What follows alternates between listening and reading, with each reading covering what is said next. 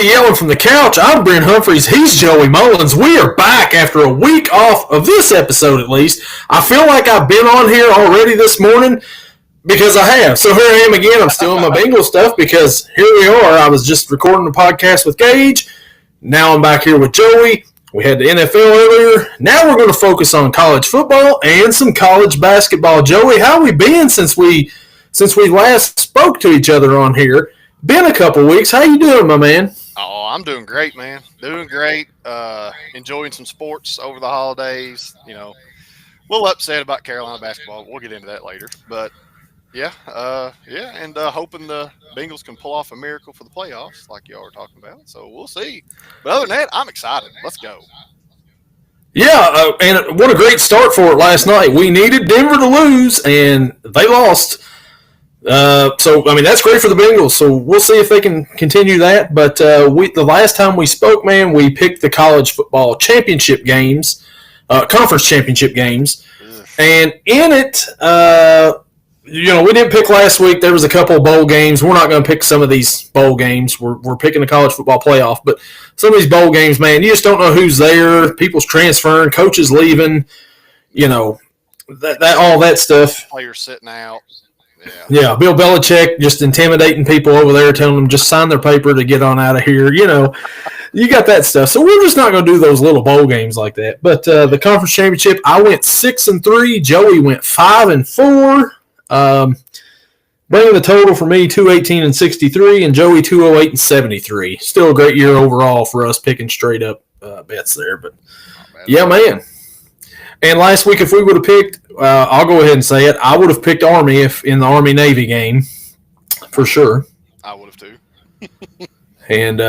But we didn't pick it, so we're not counting it against our record because it's not official. But we are owning up to what we would have picked, so yeah. Yes. But man, this is an exciting time of the year. Tonight it starts. We get college football playoffs. 12-team playoff, not just 4, 12 teams. We're playing on teams' home field for the first time ever in a playoff. Joey, how exciting is this, man? I've been waiting ever since they announced it. I've been waiting for this time of this year for this 12-team playoff. I like it. Gives more teams an opportunity. Keeps the boredom out of it. Used to the same teams would make the playoff. The same teams would be in the championship game. It's like, yada, yada, yada. But now – it's like a Yahtzee, and we're shaking it up. You pour it out, and you never know what you're going to get. So I'm excited. Yeah, man, I can't wait either. This should be a good first-round matchups here coming up. But, you're playing on home teams, teams home field, not on neutral site. Should make up for some very interesting atmospheres these first 4 games this weekend, man, for sure. Absolutely. And so, with that, we will go ahead and we will get started with our picks.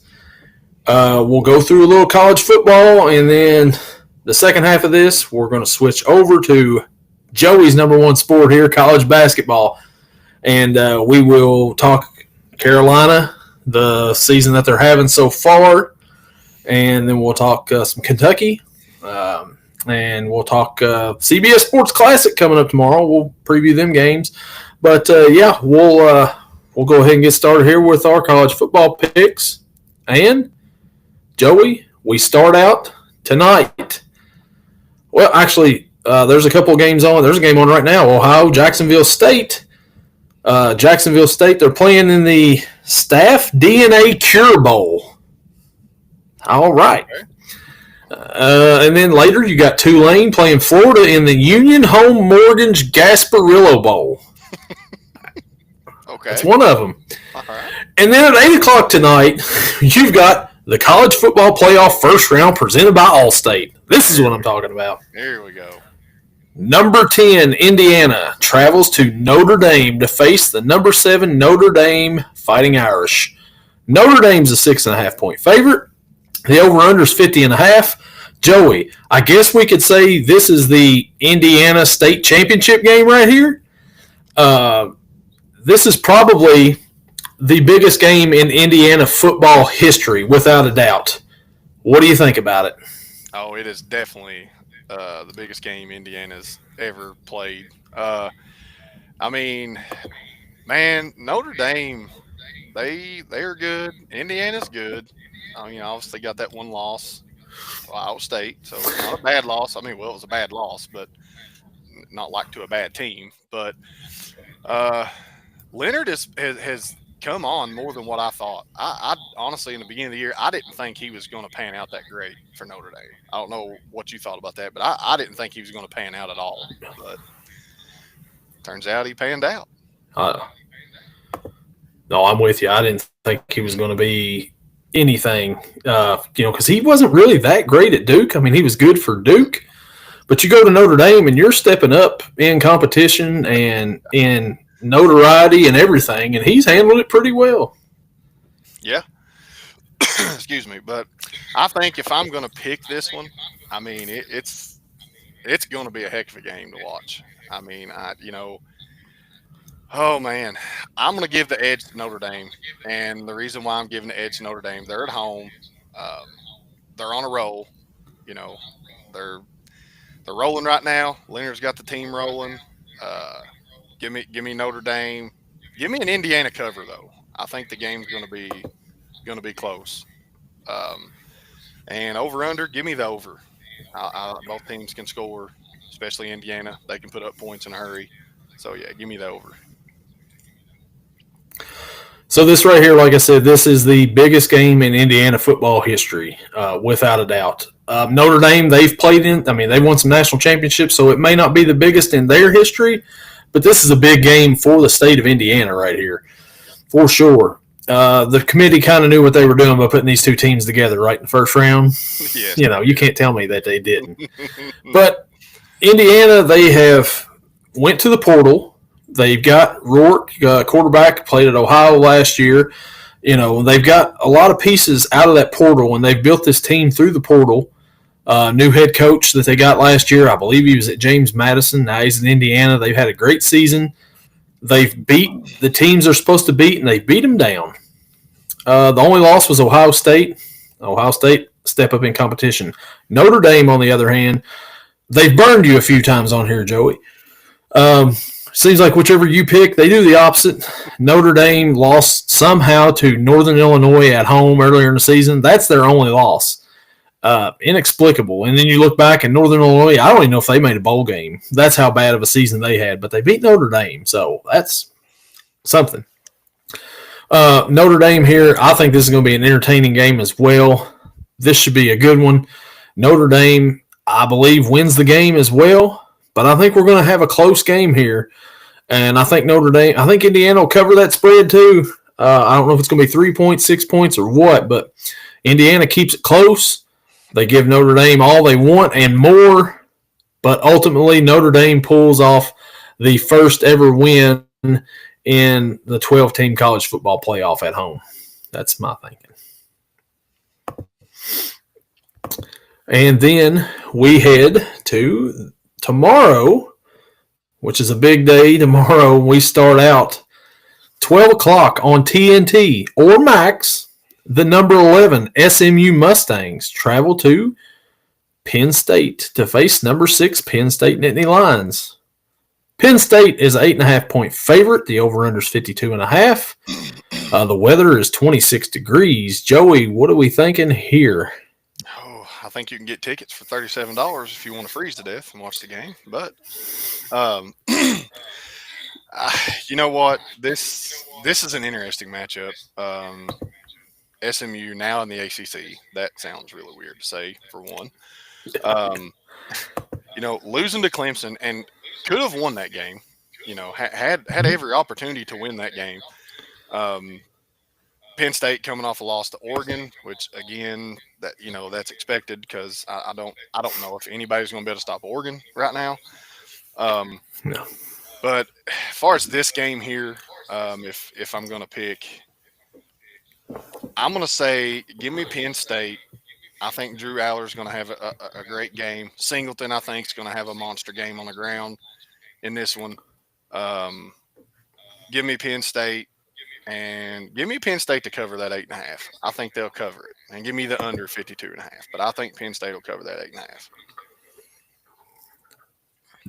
Is Penn State, are they playing Ohio State in this game? No, here, nope. No. Are they playing Michigan in this game? Nope. No. Are they playing Oregon? I added Oregon to the list. Are they playing Oregon in this game? Nope. No. I think Penn State's going to win this game, and I think that SMU will cover the spread.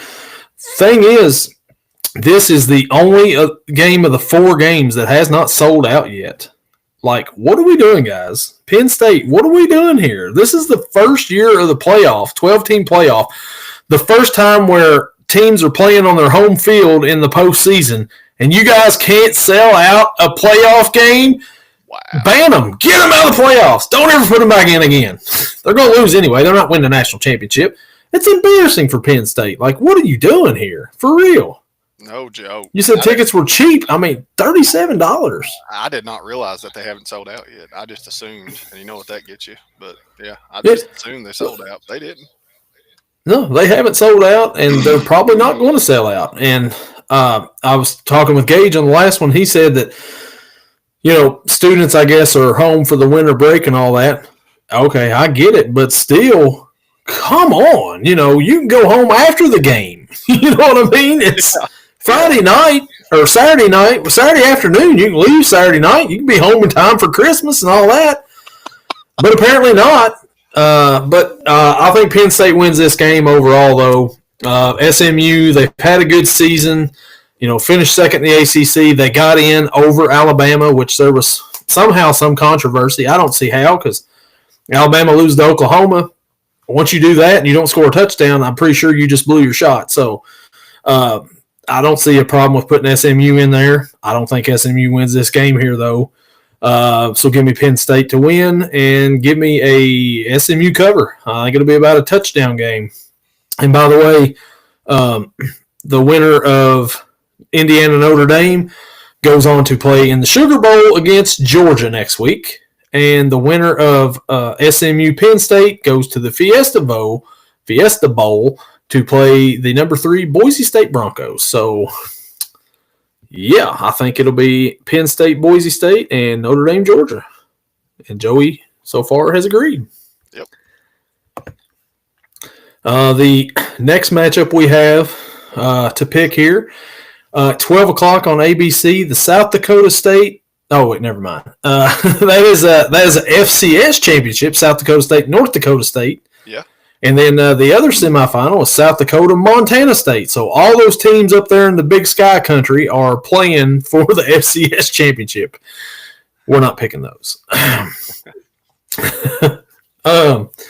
So the next matchup, 4 o'clock on TNT or Max, number 12 Clemson Tigers, the ACC champions, travel to Austin to face the number 5 Texas Longhorns. Texas is a 12-point favorite. The over-under is 50.5. Joey, does Clemson have any shot to beat Texas in the first round of the playoffs in Austin? I think they have.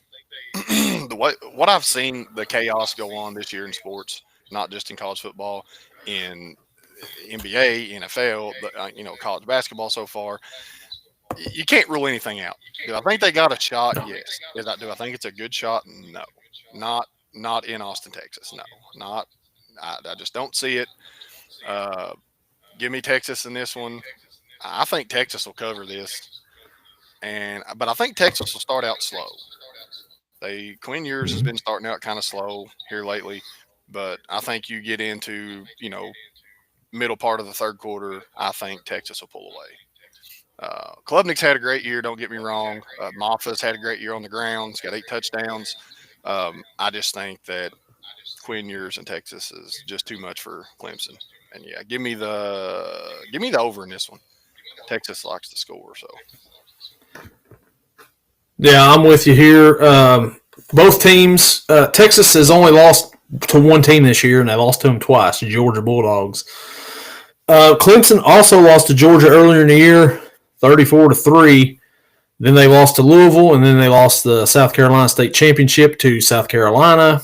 They kind of, they had one ACC loss this year, and then they beat SMU in the championship, and that's how they got, into the playoffs here. They kind of snuck in at that 12 seed there. Just barely cracked in and got it. They got an automatic bye or an automatic bid where they won the ACC championship. I just don't think they're as good this year as Clemson teams in the past.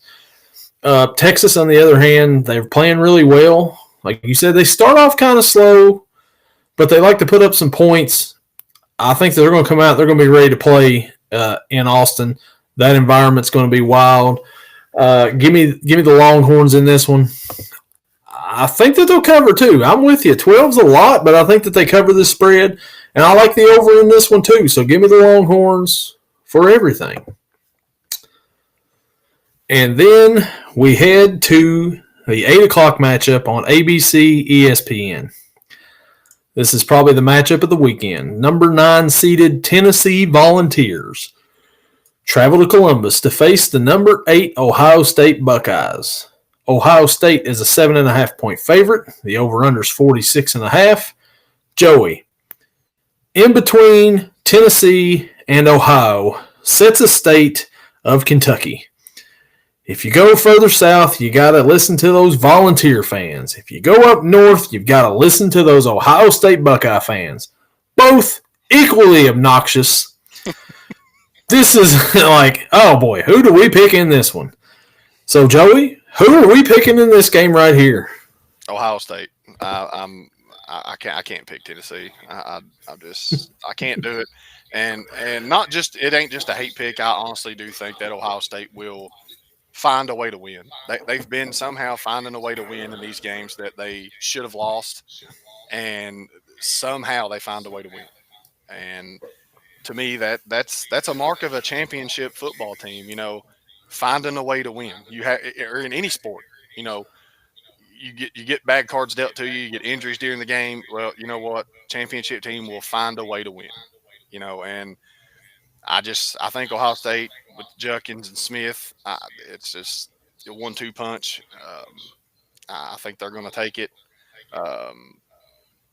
Give me a Tennessee cover, though. I think this game is going to be a shootout type game, but I think Ohio State somehow, even if it's in overtime, is going to find a way to win again. And give me the over. It's like you took my notes and just started reading them right here, word for word, just about pretty much. Because I'm with you, man. I think that Ohio State this here. I think the passcode for the tickets was leaked to some Tennessee fans, and they're expecting 40% of the stadium to be filled with that yucky, nasty puke inside of a pumpkin orange. So, I mean, it could be kind of a split crowd. I mean, this could be like a neutral site game in Ohio Stadium. Now, I wonder if that's because of Ryan Day and the performance, and they're just like, man, we got to get rid of this guy because he lost to Michigan, and they're just kind of like, dreading it. Maybe that's why it's going to be a lot of Tennessee fans up there. I don't know, but it's weird that a playoff game in a big-time stadium like that is going to get overtaken by the road team. It's crazy. What is up with these Big Ten teams at home this year, man, in the playoff? Get your guys in there. Show up, guys. Come on. Yeah. Jeez, but I'm like you. I don't think it's going to matter if 90% of the stadium is Tennessee fans. I just don't think it's going to matter. I think Dylan Sampson will have a pretty good game for Tennessee because he usually does. He's good for a touchdown. Judkins has kind of slowed down towards the end of the year. I think they get him back going again. Smith has been awesome, maybe the freshman of the year. Then you got Ibuka out there too. You got Henderson. Cornell Tate has come on and played really well for Ohio State lately too. They just got weapons everywhere. I think it's going to be too much for Tennessee. Give me Ohio State, but I'm with you. Give me a Tennessee cover in this game. 7.5 is a lot, especially if they've got their home fans that's going to be up there. Give me Tennessee to cover that spread, and give me Ohio State to win. And also with that, winner of Clemson, Texas, they go to play in the Peach Filet Bowl to face Arizona State. And the winner of Tennessee, Ohio State, goes to the Rose Bowl to face number 1 Oregon. Congratulations, Oregon, on winning the Big Ten and being the number 1 seed in the tournament. Your first round game is going to be either Tennessee or Ohio State. Congratulations. Yeah. I'm sure they're wishing that they maybe would have been down here in the Fiesta Bowl to be taking on either SMU or Penn State. If I was them, that's where I would want to be. Or even in the Peach Bowl to take on Clemson or Texas, but what a brutal. Or Indiana, Notre Dame. Any one of them other 3 games, I would have been okay. What a brutal draw, man. Yeah, especially you're the number 1 team, and this is what you get in the second round. Like, come on. That is rough. Oh, man. It's crazy, but it's college football playoff. Finally here, 12 teams. We've got 4 games over the next 2 days. And then we go to New Year's Eve, New Year's Day next week for the quarterfinals. It's going to be very interesting to see how this shakes out, and I can't wait to see it for sure. Me too. I'm excited. Cannot wait for it all to get started tonight. It all starts today. Yes, it does, and it runs all the way up till January 20th, and we'll find out who is the champion. If you had to pick right now, Joey, who are you picking to win the college football playoff? Oregon. Even with the brutal second-round matchup? Even with the brutal second-round matchup, I'm picking Oregon. If Ohio State finds a way to win, I think Oregon will handle Ohio State. I think Oregon is battle-tested enough, especially if they get past their first-round game. They get past that, dude, it's a freight train headed down the tracks. I don't see any of these other teams stopping them. So if Oregon does get past Tennessee or Ohio State in the semifinals, they could be facing Texas. Like, how brutal of a schedule do we have to have? Like, there's a team down at the bottom of the bracket that's sitting pretty right now in the Georgia Bulldogs. Yes, they have either Indiana or Notre Dame, which, okay, I mean, Georgia can handle either one of them. And then if they get past that, you've got either Boise, Penn State, or SMU. And it's like, how do you get the 2 seed, and you get a better draw than the 1 seed does? Somebody's got some explaining to do on the committee. Like, what is this? Like, so if I was to pick right now who I think is going to end up winning, I'm going to go ahead and I'm going to pick, and it's surprising to me too when I say this because I wouldn't have done this before. I think the Georgia Bulldogs are going to win the championship again this year. Nobody's talked about them all year. Carson Beck is – Carson Beck's out. Never mind. That changes my pick now. Well, he might be out. I don't know. He may be playing. I mean, I'm almost ready to say that whoever wins this second round matchup between Oregon, Tennessee, or Ohio State, that possibly could be your national champion right there. Please, Oregon, then, at that point. That's all I'm going to say. Please, Oregon, win it. I'll go ahead. I'll be different here. I'm going to pick Texas to go ahead and win it all.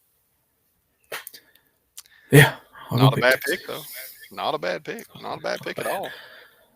But Georgia, I forgot all about Carson Beck getting hurt. But John Stockton's kid come in and played pretty good the other day. I'm pretty sure he's John Stockton's kid. Maybe he's not John Stockton's kid, but his last name's Stockton, so he's got to be John Stockton's kid, right? Got to be related, man. How can you not?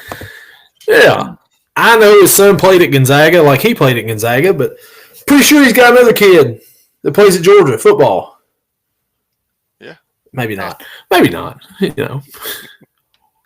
Sounds better. Sounds good. Then we got Joey. I'm gonna name off the bowl games here of other games, not college football playoff, and you stop me when you hear a good one. All right, here we go. Coastal Carolina plays Texas San Antonio in the Myrtle Beach Bowl. Northern Illinois faces Fresno State in the famous Idaho Potato Bowl. South Florida plays San Jose State in the Hawaii Bowl. Pittsburgh plays Toledo in the game above Sports Bowl. Rutgers plays Kansas State in the Rate Bowl. I would probably change the name of that because that's a little close. It sounds like something else. Rate Bowl. Arkansas State plays Bowling Green in the 68 Ventures Bowl. I don't know about the first 67 Ventures, but 68 sounds like, it could be fun. I don't know. Oklahoma and Navy in the Lockheed Martin Armed Forces Bowl. Georgia Tech Vandy. That one sound too bad. Don't sound too bad. Georgia Tech Vandy in the Birmingham Bowl. Boy, you talk about just boring all the way around. Birmingham, Vanderbilt, Georgia Tech. Like, you guys couldn't even come up with a creative name for this bowl. You just said, hey, we're naming it after the city. Birmingham Bowl. Hey, okay. Let's not be different. Let's just blend in with the crowd. Just name it after the city. Yeah, why not? Right? And let's invite Vandy and Georgia Tech to play here and just put everybody to sleep. All 10 people. Texas Tech and Arkansas in the AutoZone Liberty Bowl. Liberty. Syracuse and Washington State in the DirecTV Holiday Bowl. USC and Texas A&M in the SRS Distribution Las Vegas Bowl. UConn and North Carolina in the Wasabi Fenway Bowl. There it is. Playing at Fenway Park. Here we go. The best bowl game other than the college football playoff. No, I'm just kidding. But, yeah. Is Bill Belichick coaching this game? Nah, I know he's not, but will he be on the sidelines? Can we just go ahead and edge him in there for this bowl game just to kind of see how it's going to go? I mean, if he's on the sidelines and he's not coaching, he's going to be like, let's just go ahead and get this over with. Let's just get out of here. I'm ready to take over. So if you're not, let's get out of here. Mike Brown, leave. Yeah, that's going to be what it's going to be. Boston College, Nebraska in the Bad Boys Mower Pinstripe Bowl from Yankee Stadium. Which is better, Yankee Stadium or Fenway Park? Fenway Park. I don't like the Yankees. I was going to say Fenway Park. Yeah, Fenway Park is iconic stadium. Louisiana and TCU in the Isleta, New Mexico Bowl. Here we go. I think I found one here, Joey, for us. Iowa State, number 18. Number 13, Miami, in the Pop-Tarts Bowl. Yes! Are they giving out Pop-Tarts to the fans? They've got to. They got to. Why wouldn't you? Wouldn't you? They've got to. Why wouldn't you? That may be all that's there is 100 fans, but, hey, Pop-Tarts for everybody. Pop-Tarts for everybody. Miami, Ohio, and Colorado State in the Snoop Dogg Arizona Bowl. All right. You know who's calling the game for that. Snoop Dogg is going to be a commentator. That's going to be worth it just to see that. Oh, 100%. Like I would watch that as him a commentator if I had to order the game on pay-per-view. Yes. That's the only reason why you tune in to see Miami, Ohio, and Colorado State play football in New Mexico. That's the only reason. East Carolina and North Carolina State in the Go Bowling Military Bowl. Original. That Numbers number 17 BYU and number 23 Colorado in the Valero Alamo Bowl. Now that might be one that I want to watch. Yes, I'm intrigued by that there because Shadur and Hunter are playing in this game. Louisiana Tech and Army in the Radiance Technologies Independence Bowl. Iowa and number 19 Missouri in the Trans Perfect Music City Bowl. Number 11 Alabama and Michigan in the ReliaQuest Bowl. Louisville and Washington in the Tony the Tiger Sun Bowl. That one's going to be great. I was waiting on it. I was waiting on that one. There we go. Number 15, South Carolina, and number 20, Illinois, in the Cheez-Its Citrus Bowl. When I think of citrus, I think of Cheez-Its. Yeah. Baylor LSU in the Kinder's Texas Bowl. And let's see, Duke and number 14 Ole Miss in the Tax Slayer Gator Bowl. You can go there, get your taxes done at the game. So. Here we go. North Texas and Texas State in the Serve Pro First Responder Bowl. I was hoping those two teams, that game's in Dallas, Texas. It's North Texas, Texas State. I was hoping they would play in like Wyoming or something weird like that. Yeah. That would make a lot of sense, wouldn't it? It would. Minnesota and Virginia Tech in the Duke's Mayo Bowl. Best mayonnaise they ever made. Just saying. Buffalo and Liberty in the Bahamas Bowl. Presented by Atlantis. Yes, presented by Atlantis Resorts. And that is it. That'll do it for the polls, man. A lot of interesting names. That's all I'll say about it. I think out of all those that I would want to watch and tune into would be Colorado. That would be it. Yeah, odds Colorado BYU. That's going to be a game right there. I would say that would be a fun one to watch. Yep. You know, Dion's going to want to coach, and Shadur's going to make a showcase for him to be the number one pick in the draft, and Hunter too. There was an interesting scenario. Somebody said that the Giants should draft Travis Hunter in this draft. Then you would have Hunter and Neighbors, and then sign a veteran quarterback like Kirk Cousins or somebody like that for a year. Kind of tank a little bit, and then draft Arch Manning in the next draft.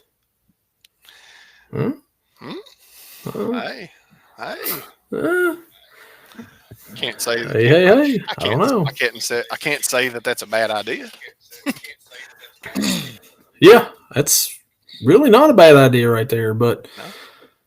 I don't know. We'll see how it goes, though. But, I mean, if they had Neighbors and Hunter and, an Arch Manning, that's a dangerous little threesome right there.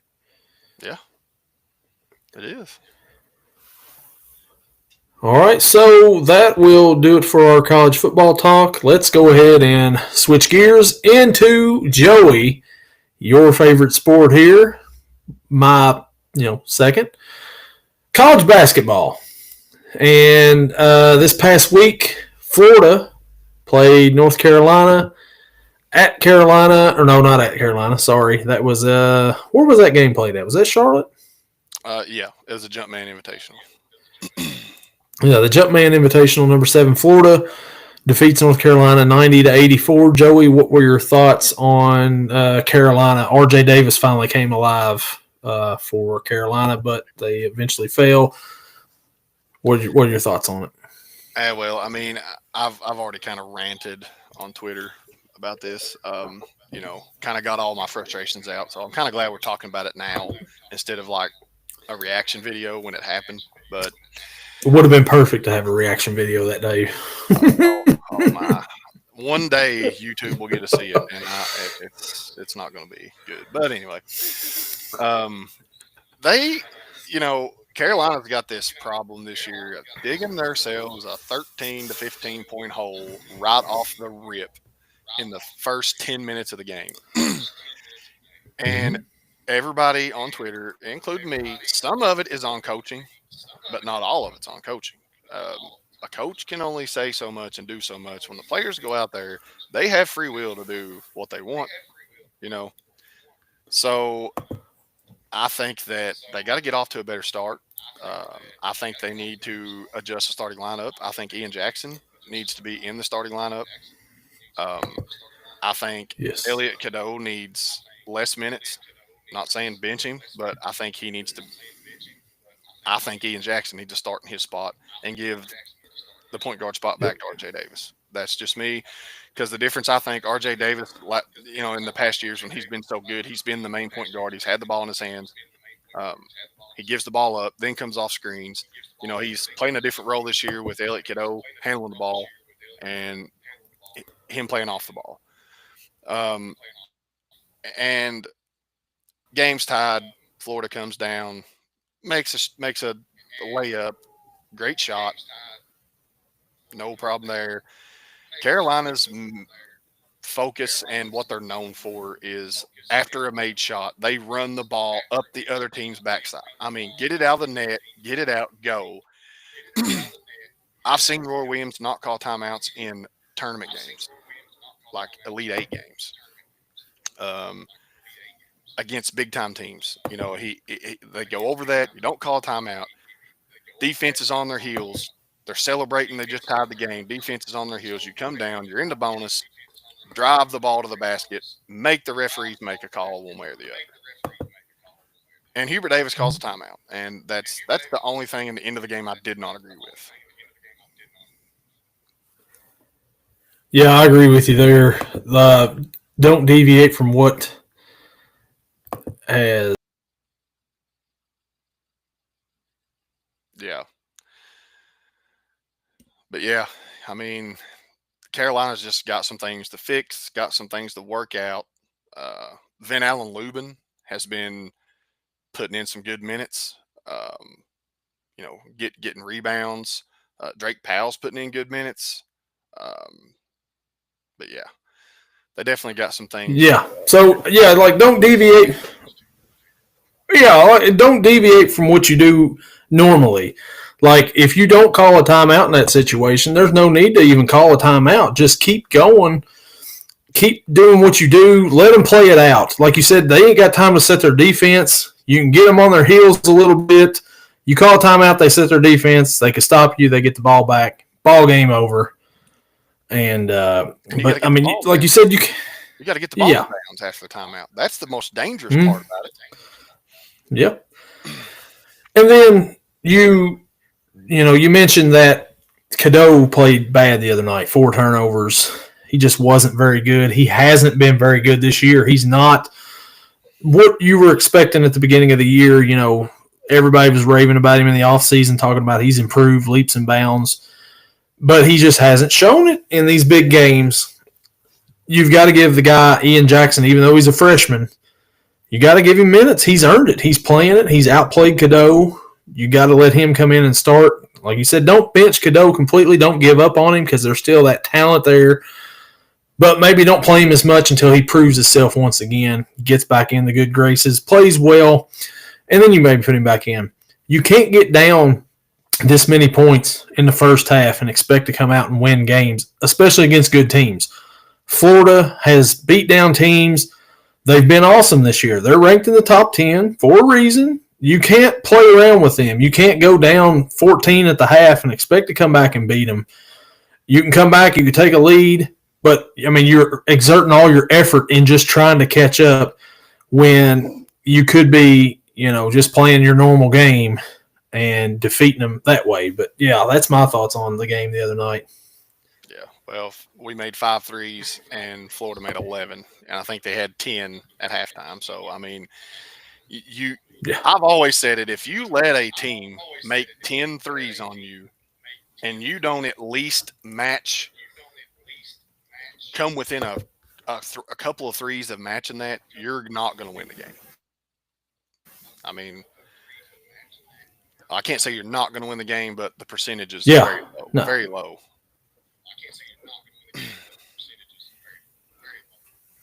And like I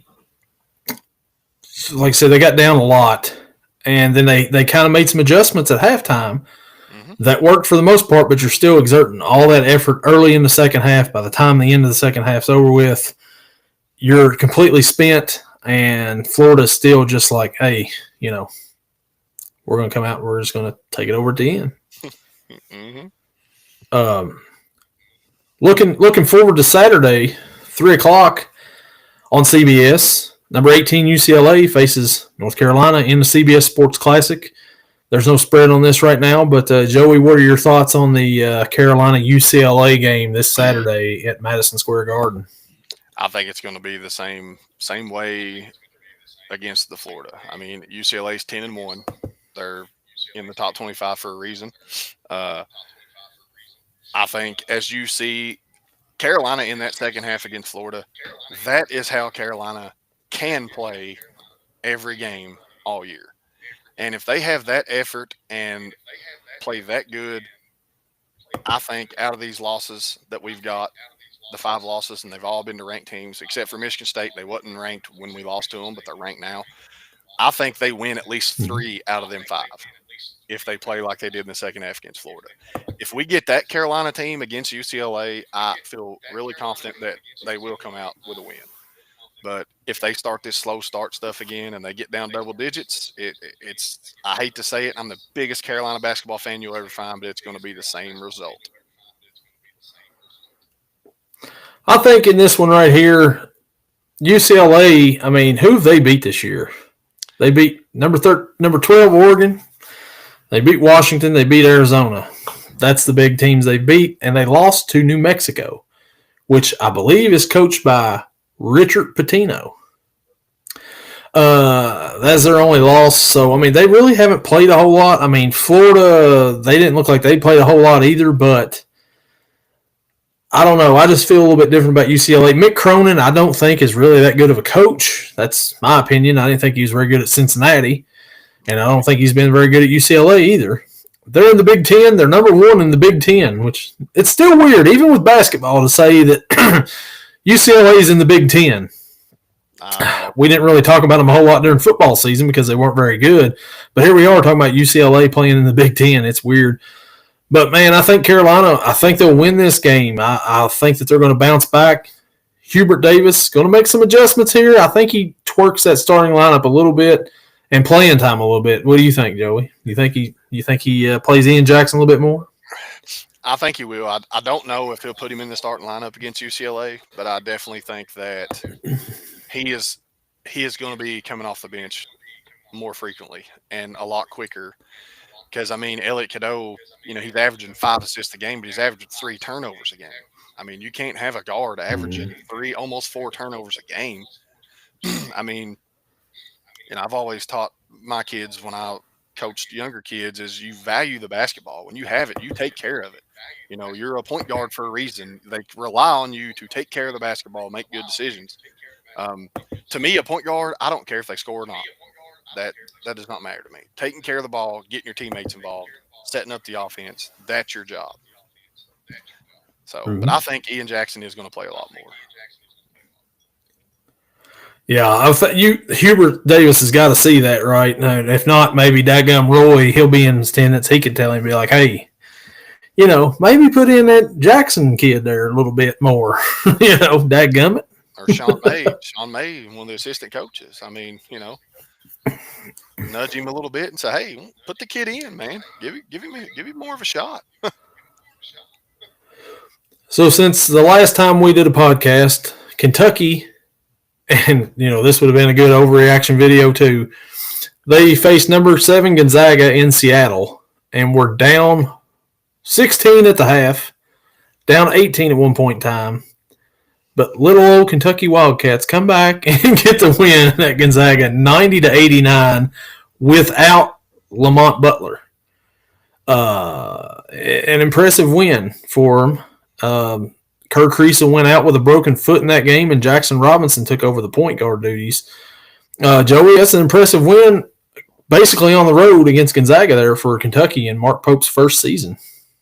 Yeah, and, Kentucky only turned the ball over 7 times in that game, and they had 4 of their 5 starters in double figures. So, you have stats like that, your percentages of winning the game is a lot better. Yeah, and that game went off at, 1 o'clock in the morning or something like that. So by the time it was over with, I was pumped up, but I was like, man, I think, we can overreact to a different game at this point in time. Yeah. And then they played Colgate. They kind of sleptwalked through that game. And then last Saturday, they played those Dirty Birds down the road, and Kentucky beat them 93-85. Lamont Butler was back at 30 points, didn't miss a shot from the field, missed a free throw, but he was awesome last week against the Cardinals, man. Yes, 33 points, 6 for 6 from 3. Yeah. But Kentucky did have 11 turnovers, so that every now and then in those games, that's one thing I can say about them. They might need to clean that up just a little bit. And some of them are careless turnovers, just non-communicating, throwing somebody a pass and, they're anticipating they're supposed to be in a spot when they're not. But Anyway, but yeah, Kentucky's playing really good right now. They are, and I think they're going to go pretty far, dude. And Louisville was pesky. Chucky Hepburn's a good player. You'll have to watch for him when Carolina plays Louisville. He was their best player. He played pretty good. And Terrence Edwards, he plays pretty good. Louisville doesn't go very deep. They played 7 players last week. But Edwards and Hepburn, those two guys right there, they're legit. They're a tough, like I said, tough, pesky little team. They hung around the whole game. I never felt like Louisville was going to come back and win, even when they got the score to 3 at one point in time. I never panicked. I felt okay about it. And maybe it's just because we've beat Louisville down so many times in basketball recently that it's like, yeah, whatever. But I think they may have an actual coach over there now that's decent for Louisville. And I think we've got a pretty decent one too. But this rivalry should be heating back up here pretty soon, I believe. There was already Brandon Garrison goes over to the sidelines there, and there's a lot of pushing and shoving. Maybe not the smartest decision to go over in a sea of red when you're the only blue jersey over there. But that happened. Mark Pope comes over there, and there's a picture where it looks like he gets Pat Kelsey, the Louisville head coach, in a headlock. He didn't, but it looks like it in the picture, which is hilarious because Mark Pope is 6'10", and Pat Kelsey's like 5'6". And it looks like big brother, little brother, and it's hilarious. And that's kind of a metaphor for the rivalry there. Big brother Kentucky, little brother Louisville. But I thought that they played, like you said, they had a lot of turnovers. Otega Owe, I didn't think played a very good game, and he still had 17 points. He had the key steal and dunk at the end of the game there. But they're without Kirk Kriisa for a little bit. They tried to have Travis Perry come in and play a little bit the other night. Just somebody to give Lamont Butler a break. He's got to have a rest every once in a while. But he was awesome, man. And for them to beat Gonzaga without him and the way he played that game right there, I mean, that's a pretty impressive couple of games stretch there for Kentucky, 2 out of the last 3 there that they played. Oh, yeah, it definitely is. And some of the stats in this game that stands out to me is Louisville only went to the free throw line 14 times. Kentucky went to the free throw line 28 times. So they doubled up their free throws. Yep. Okay, that's another recipe for winning a game. They out-rebounded them by 10. But now Louisville made 14 threes, man. I mean, like you said, Chucky Hepburn had 4 of them, and Terrence Edwards had 5. So, I mean, Terrence Edwards. You definitely got to watch out for them, too. Carolina needs to get this report right here, and they definitely need to circle them 2 guys and be like, listen, you cannot go under a screen on neither one of them. You have to fight over top of it. You give them a little bit of space, and they're gonna fire it up. So, but yeah, Kentucky's on a roll right now, man. They're on a roll. It's beating Gonzaga without Lamont Butler was impressive to me because Lamont Butler to me is he's their tough man. He's the one that does the garbage work, the stuff that nobody don't want to do, diving on the floor, taking the ball to the basket, drawing a hard foul. So. And, Chucky Hepburn fouled out of that game. And Terrence Edwards, he had 3 fouls. So, I mean, if those 2 guys play the whole game, I mean, maybe a different story. You never know. But you said that they shot twice as many free throws. Mm-hmm. Both teams shot 64.3% from the foul line in that game. So, yeah, Kentucky's got to hit more foul shots, man. I mean, that's not a good percentage from the free throw line. It may be the worst free throw shooting team that Kentucky's had in a while. Yeah, think about it. They left 10 points on the table. Yep. And Louisville only left 5. So, I mean, and then tomorrow Kentucky plays at 5:15 the CBS Sports Classic. Game number 2 on CBS, the Ohio State Buckeyes and the Kentucky Wildcats meet in Madison Square Garden. It says a certain time, but we all know it's 30 minutes after Carolina UCLA ends. Yeah. Joey, what do you think about this matchup right here? Kentucky's going against former Kentucky Wildcat Aaron Bradshaw, maybe. Well, 5:30 is what time the game starts. I think as long as Kentucky handles their business, do what they're supposed to do, what they've been doing, in the 11 games they played, minus minus the loss they had to Clemson, which they had every opportunity to win that game as well. It's not like they haven't been in a game this year that they have not excelled and done well in. They played well in that game.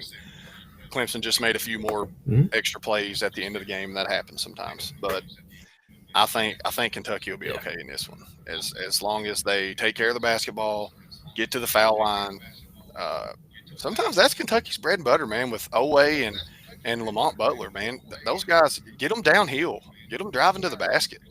I think they'll be fine.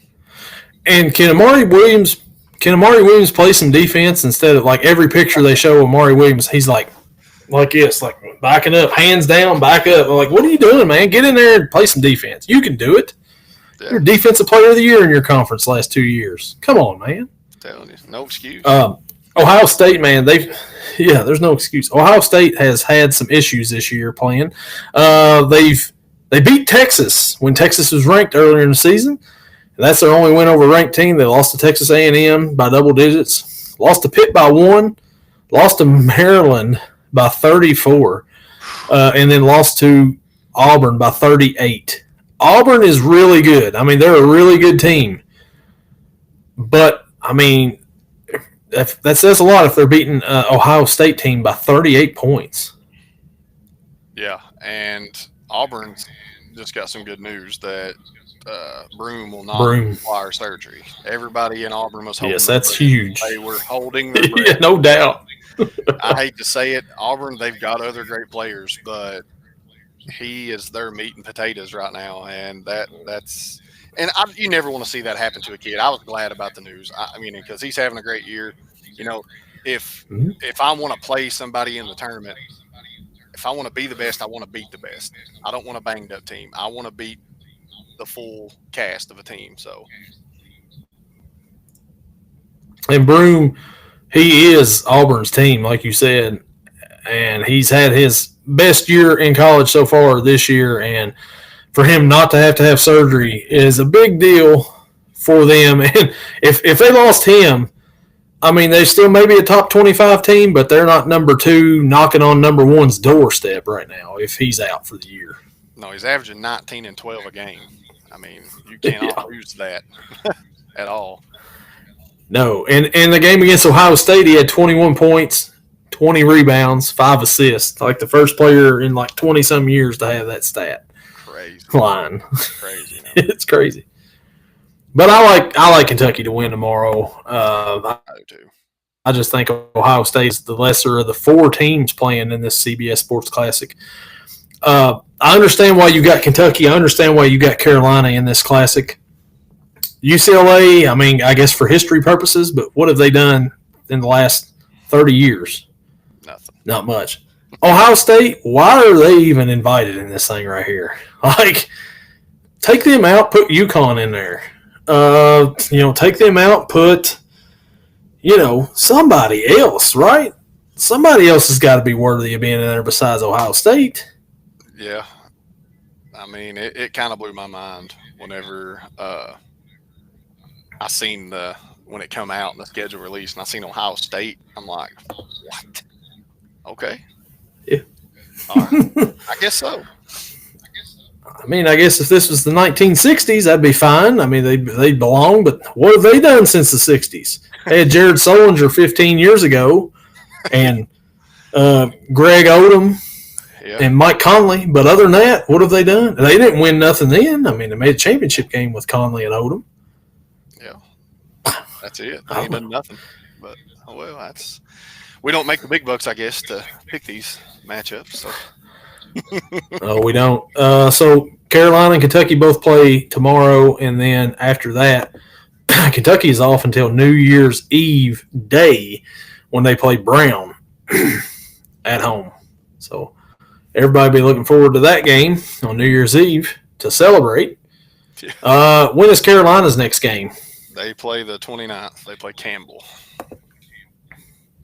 So, I mean, both tough games after the CBS Sports Classic for both our teams right there. I mean, then we got Louisville. Tough as they come. Then we got Louisville after that on January 1st. Yeah, and Yeah, and then Kentucky, they play Florida their first SEC game, so stuff may kind of get a little real after that. I think SEC is going to be brutal. Kentucky's a better matchup for Florida because Florida's, they're big. And at one point in time, Hubert Davis had 4 guards out there, and I'm sitting here just scratching my head like, what are we doing? But what are we doing here? But yeah, Kentucky matches up better with Florida. So yeah, and Kentucky, like I said, that SEC schedule though, man. If you go through that SEC schedule, it's brutal. I believe it said the SEC teams in the month of December are 50-4. That's crazy to have that many wins and losses right there for a conference. And Joe Lenardi done his early predictions, and they said he's already thinking like, as of right now, if the tournament started tomorrow, they'd be like 13 teams from the SEC make it into the tournament. That is insane, man. That's got to be a record, right? I mean, it's got to be. It has to be. And usually, you think SEC, you're like, okay, SEC basketball's been down. They got 4 or 5 teams that's decent. SEC football, hey, that's where it's at. SEC basketball, I think, is probably the better conference this year than SEC football. Yep, I agree. I mean, ACC's kind of down this year. So, I mean, you got Duke, you got Carolina, you got Clemson. Who else do you got in there that's going to be ranked? That's about it. Just, I mean, you got teams that ain't ranked that you always got to look out for, like Pitt. It seems like every year they're pesky, and Florida State, they're pesky too. Miami's pesky, but that's it, man. The SEC, it is a down year for them, that's for sure, as a conference as a whole. And then, so like, if we look at Kentucky's schedule, they got Florida first game.